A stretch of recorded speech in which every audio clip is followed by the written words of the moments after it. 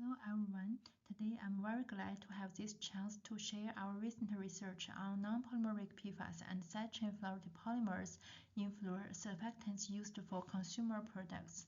As we all know, PFAS refers to fluorinated substances that contains at least one perfluorinated methyl or methylene group. PFAS consist of non-polymeric and polymeric forms. The non-polymeric PFAS are low molecular weight compounds such as PFOS, P4A, PFBS, and they are often very mobile. Many are very persistent, and some of them are bioaccumulative and toxic. In contrast, polymeric PFAS are macromolecules with many repeating units, and either with fluorinated backbone or fluorinated side chain. The ones with fluorinated side chain are called side chain fluoride polymers, which deserve great concern because of their large production volume, widespread use in a large variety of products, as well as their potential to degrade into persistent PFAS. PFAS found widespread applications in a large variety of domestic, commercial, and industrial products, such as paints, coatings, cleaners, firefighting foams, inks, and electronics. The PFAS are usually introduced into those products in the form of fluorosurfactants, and PFAS can function as wetting, leveling, and anti-creating agents, spraying aids, anti-fogging additives, or cleaning additives in those products. And the PFAS restrictions evolved over time in many different countries. And for example, in China, in 2017, several kinds of products with PFOS and P4A were listed as high pollution and high environmental risk. And only very recently, in January 2023, PFOS, P4A, PFAS, and their salts and related compounds were added as key controlled new pollutants. And this involved regulatory framework can promote changes in PFAS compositions in fluorosurfactants. Therefore, the main goal of this study is to characterize the PFAS composition of fluorosurfactants used in consumer applications on the Chinese market and assess whether the recent regulatory restrictions have influenced fluorosurfactant formulations. And to do this, we collected 35 fluorosurfactants products for consumer products applications on Chinese market, and with uses including paints, coatings, cleaners, firefighting foams, and inks, etc. We analyzed the PFAS and total organic fluorine content in those products with the use of a series of methods, such as low resolution and high resolution LC mass for identification and quantification of individual non-polymeric PFAS. The total oxidizable precursor acid, that is 2P acid, for determination of the total and unknown precursors. The fluorine NMR for quantification of total organic fluorine content and inorganic fluoride content, determination of the type and chain length of PFAS, as well as distinguish non-polymeric and polymeric PFAS. And also the GPC, that is gel permission chromatography method, were used to distinguish polymeric from non-polymeric PFAS. And this part, we will move on to the results. And in the 35 fluorosurfactants analyzed, we found 3 products contained non-detectable total organic fluorine by fluorine NMR, and these 3 products also contain trace levels of total precursors of some PFAS determined by top acid and 2P respectively. And these results indicate some suppliers are offering PFAS-free alternatives, but they may still be mislabeled as fluorosurfactants. The other 32 fluorosurfactants contained detectable total organic fluorine ranging from 1 to 800 mg per gram, and their total precursor and some PFAS concentrations also varied greatly in these products. The wide range of total organic fluorine and PFAS concentrations in these products were consistent with their labeling as fluorosurfactants. And in the 32 fluorosurfactant products with detectable total organic fluorine were further characterized by the combined 1D and 2D dosage fluorine NMR method, and 12 types of PFAS were identified. And in detail, those include 4 types of A22 fluorotelomere nonpolymers, 4 types of 622 fluorotelomere nonpolymers, 1 type of aromatic carbon fluorine nonpolymers, 2 types of 622 fluorotelomere cychin fluoropolymers, 1 type of PBSF cychin fluoropolymers, and these 27% were long-chain PFAS, but the other 60% were short-chain or ultra-short-chain PFAS. Now, among the 4 types of A22 fluorotelomere nonpolymers, the identity of one type was determined as A22 fluorotelomere acrylates, but the identity of the other 3 types remain unclear. Among the 4 types of 622 fluorotelomere nonpolymers, the identities of 3 types were determined as either 622-FTS or 622-FTB or 622-DIPEP, but the identity of another type remains unclear. And notably, the aromatic carbon fluorine nonpolymer 622-FT cychin fluoropolymer, PBSF cychin fluoropolymer also had unknown identity and structure, which need further research. But these results indicate 3 synthesis origins involved in those fluorosurfactants, that is telomerization, electrochemical fluorination, and metal-catalyzed trifluoromethylation. And the GPC results further determine the molecular weight distribution of the PFAS, and basically it showed consistent results as the combined fluorine NMR method, and confirmed the nonpolymers in the same 9 clusters of fluorosurfactants and polymers in the same 2 clusters of fluorosurfactants. And this figure shows the results of top assay, and we can determine the total precursor concentrations as well as the PFCA patterns post-2P. And generally, the 2P assay revealed the formation of short-chain PFCs in the majority of fluorosurfactants, that is over 60%, while the formation of both short and long-chain PFCs in a subset of sample, that is around 30% of fluorosurfactants. And this figure is the results of low resolution and high resolution LC mass, which can determine the identity of the non-polymeric PFAS. And the LC mass revealed some non-polymeric residues, impurities, or degrading products in most fluorosurfactants. But the exception are 20% of fluorosurfactants for which the identity of the dominant non-polymeric PFAS were determined. And here we will give more detail about the top assay and LC mass results of different clusters of fluorosurfactants.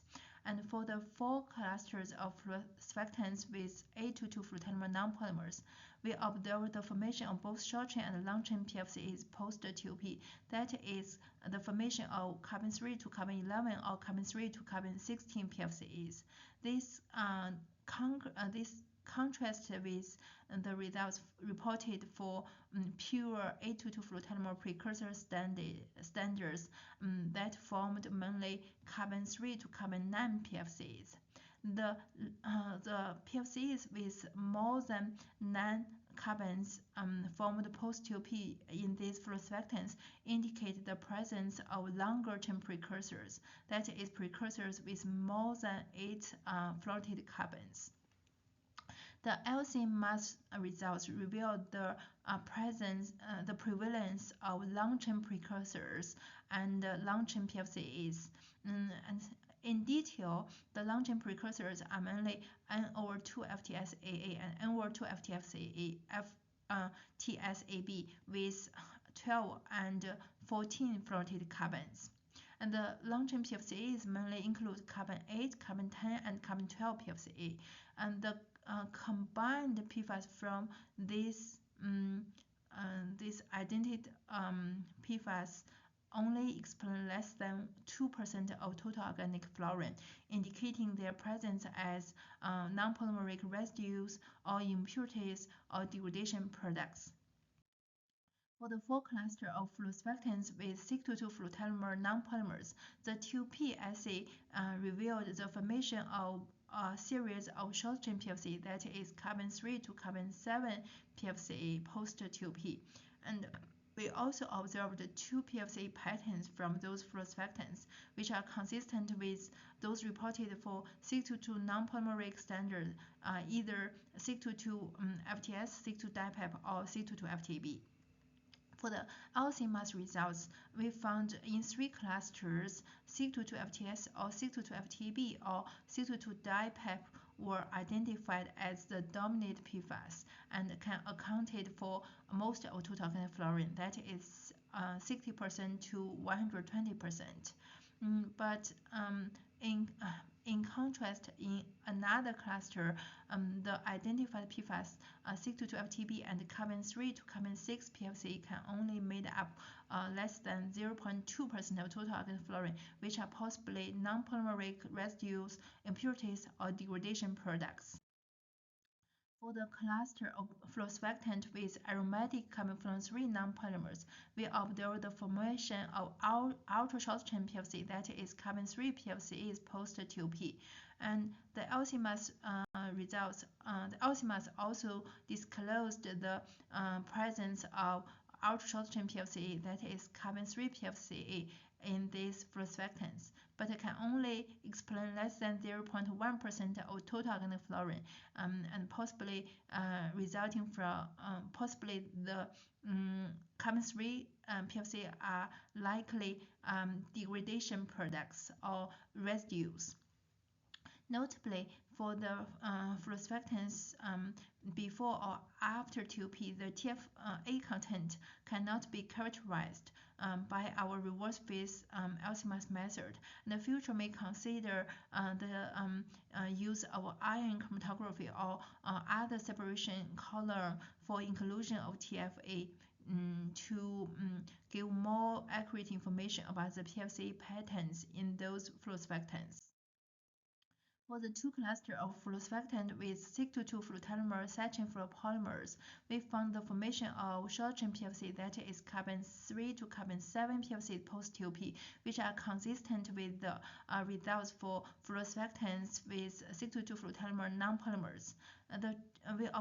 We found 2 different PFC patterns in these 2 clusters of fluorosurfactants with 622 FT saturating fluoropolymers, and which may indicate different kind of precursors inside. For the LC mass results, 622 FTS and 622 FTAB were identified in those products, which can account for only less than 0.1% of total organic fluorine, which are possibly their non-polymeric residues or impurities or degradation products. And finally, for the cluster of fluorosurfactants with PBSF saturating fluoropolymer, we observed the formation of short-chain PFC, that is carbon 4 PFC post-TOP in those fluorosurfactants, and which concurred with previous reports for PBSF saturating fluoropolymers in textiles and a commercial formulation for surface treatment. The LC mass data showed the identification of some non-polymeric residue impurities or degradation products, such as MEFBSA and AMPR-FBSA-PRA, which can account for less than 0.1% of total organic fluorine. And we also compared the fluorine from PFAS identified by LC-mass with fluorine determined by fluorine NMR. And basically, the fluorine NMR reveal higher levels of organic fluorine in most fluorine surfactants, that is 72% than LC-mass, including species with unknown identity. And the comparison of precursors identified by LC-mass with total precursors determined by TUP assay also reveal that the TUP assay can disclose higher levels of precursors in most fluorosurfactants than LC-mass, including some unknowns. And there are some exceptions, but only a few. Here is 2 clusters. So there is a high burden of unknown organic fluorine in 9 clusters of fluorosurfactants, and a large fractions of unknown precursors in 11 clusters of fluorosurfactants. And basically, the results for unknown organic fluorine and unknown precursors are consistent with each other for most clusters of fluorosurfactants except for 1 cluster. And the future, we may consider the use of non-target analysis by LC high-resolution mass and low-resolution or high-resolution GC mass to identify the unknowns and complete the fluorine mass balance in those fluorosurfactants. And to sum up, most tested fluorosurfactants contain non-polymeric PFAS, while a small fraction consists primarily of saturated polymers. Long-chain, short-chain, and ultra-short-chain PFAS were detected across the products, and 5 products contain non-negligible A22 fluoropolymer non-polymers. The LC-mass revealed non-polymeric residues, impurities, and degrading products in most fluorosurfactants, while identified dominate non-polymeric PFAS in 20%. In a smaller fraction. Fluorine NMR and TUP assay revealed a high level of organic fluorine and precursors, including species of unknown identity than those detected by LC-mass in the fluorosurfactants. And the original contribution of this study include the following. A previous combined fluorine NMR method was applied for the first time to classify the fluorosurfactants based on PFAS types. And also we quantified and identified and quantified the SIG22FT, PBSF saturated fluoropolymers, aromatic carbon fluorine 3, and A22 fluoropolymer nonpolymers in fluorosurfactants for the first time. The GPC method developed in this study provide a new method for characterizing polymeric PFAS in products or environmental matrices. And we identified some newly reported PFAS in these fluorosurfactants. C22FTB were identified for the first time in fluorosurfactants outside HFF applications, and providing a plausible explanation for its occurrence in non-HFF impacted environments. And at the end, I would like to thank my supervisors, Professor Jinxia Liu, Sebastian Sauvé, and Miriam Diamond for their support and guidance throughout the project. And also, I would like to thank our lab group members and external collaborators for their support, help, and collaboration during the conduction of this project. That's all. Thank you.